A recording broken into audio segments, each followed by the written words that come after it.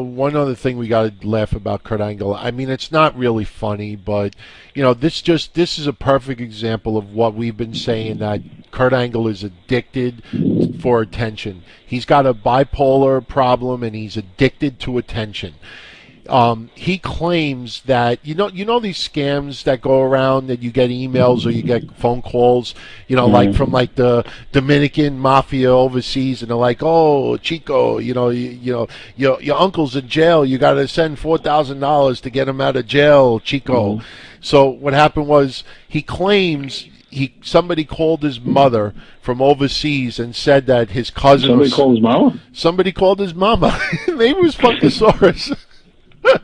You think the Funkasaurus called his mama?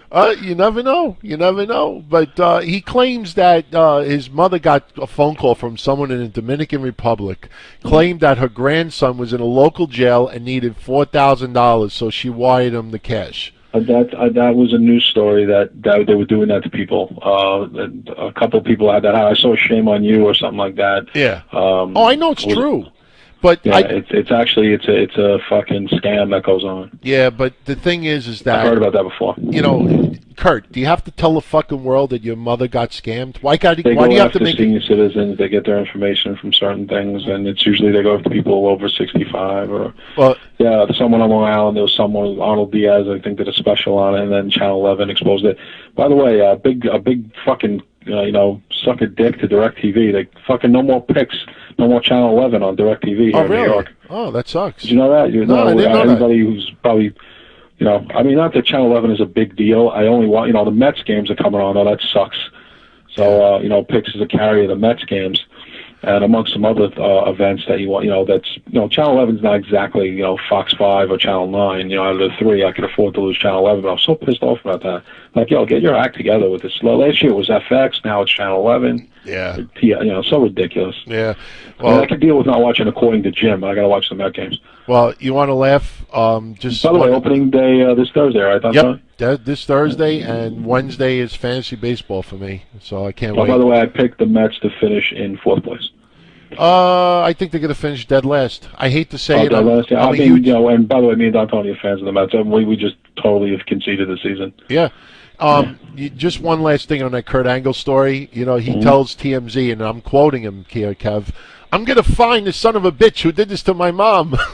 Yeah, you fuck with that Dominican mafia there, Kurt. They'll be calling TMZ, "Yo, Chico, we got Kurt Angle hostage, brother. Send us $4,000. Yeah, he's going to find them. It just bothers me that, people have tried to scam my family before. They dealt with it personally. I didn't have to say anything public about it. It's like he's got to run to TMZ when he has to take a shit, Yeah, I mean, what do you even say at this point anymore? If Kurt can get his act together, maybe one day he can have a Brock Lesnar Rock moment, because he was in that exclusive category of superstars that changed the business. He was in that category. He could be again if he cleaned up his act, disappeared. Kurt Angle's best bet is to do, seriously, get out of TNA, get out of that scrub promotion, get out. Because your stock is so, like I said, when Jim Ross goes on and says they have zero interest in you, I mean, you got to take that seriously, because he knows.